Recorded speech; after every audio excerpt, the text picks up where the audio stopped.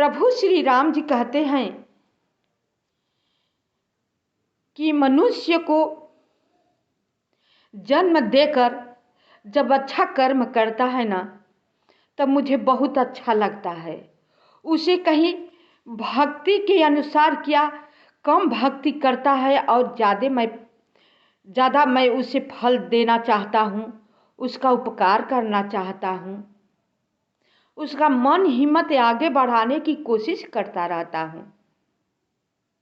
अब मनुष्य पा करके उसे पूर्व जन्म में इतना अच्छा कर्म किया है, उसे धन वैभव बुद्धि सब कुछ उसे मिला है, लेकिन नीचे आने पर उस चीज का वह दुरुपयोग कर रहा है। शराबी हो गया, जुआ खेल रहा है, अय्याशी में लगा हुआ है, आलसी है, विद्याहीन है, बिना मतलब का सबके बात में बोलता रहता है, छेड़छाड़ किया रहता है, धर्म को बकवास कहता है।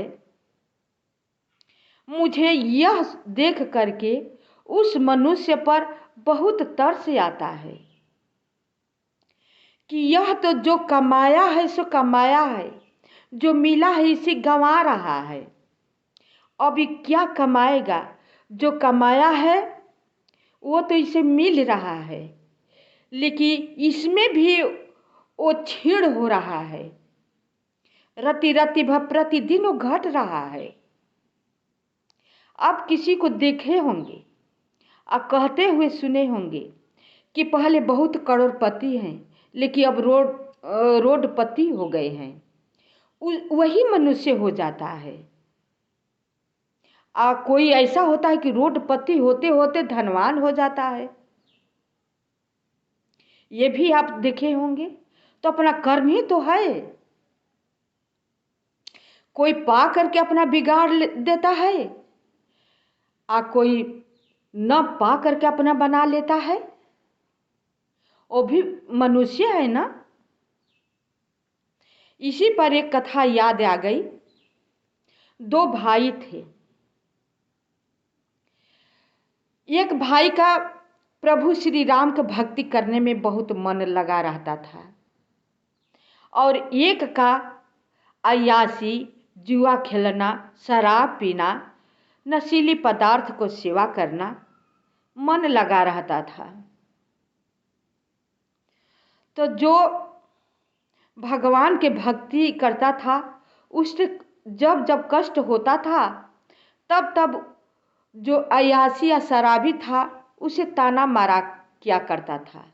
देख, तुम इतना भगवान का भक्ति कर रहा है, तुम्हें कितना कष्ट हो रहा है। देखो, मैं तो कुछ नहीं कर रहा हूँ, ये सब मज़े ले रहा हूँ इस दुनिया में आकर के, फिर भी मुझे सब कुछ प्राप्त हो रहा है। लेकिन सबका स्वभाव अलग होता है। फिर भी वो भगवान के भक्ति में लगा रहता था।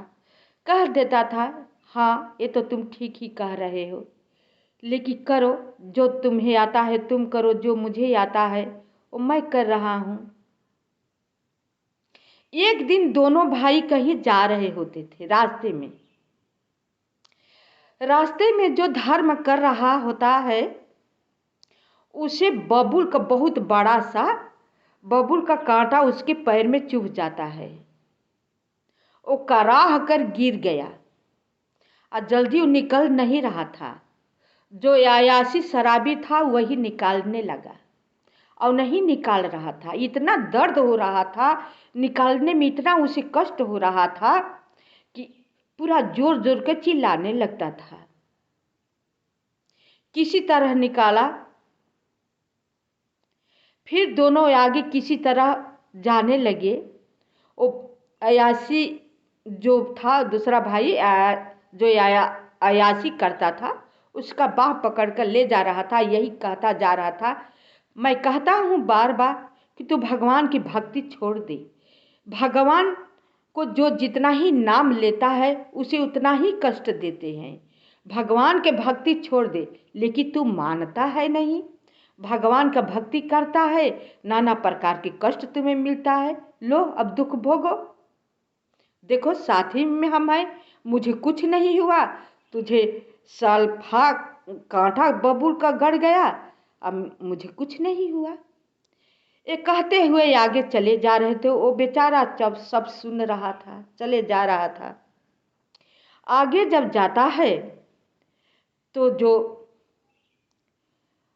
छोटे वाला भाई था, अयासी जो करता रहता था, उसे एक सोने का मुकुट मिल जाता है। कहता लो देखो देखो, तुम करो भगवान की भक्ति, मुझे तो सोने का मुकुट मिल गया, तुम्हें कांटा मिला, अब मुझे सोने का मुकुट मिल गया। जब सोने का मुकुट उसे मिलता है तो छोटे वाला जो बड़ा वाला भाई था, वो धर्म प्रवृत्ति में उसका मन लगता था, उसे बहुत ग्लानि होती है।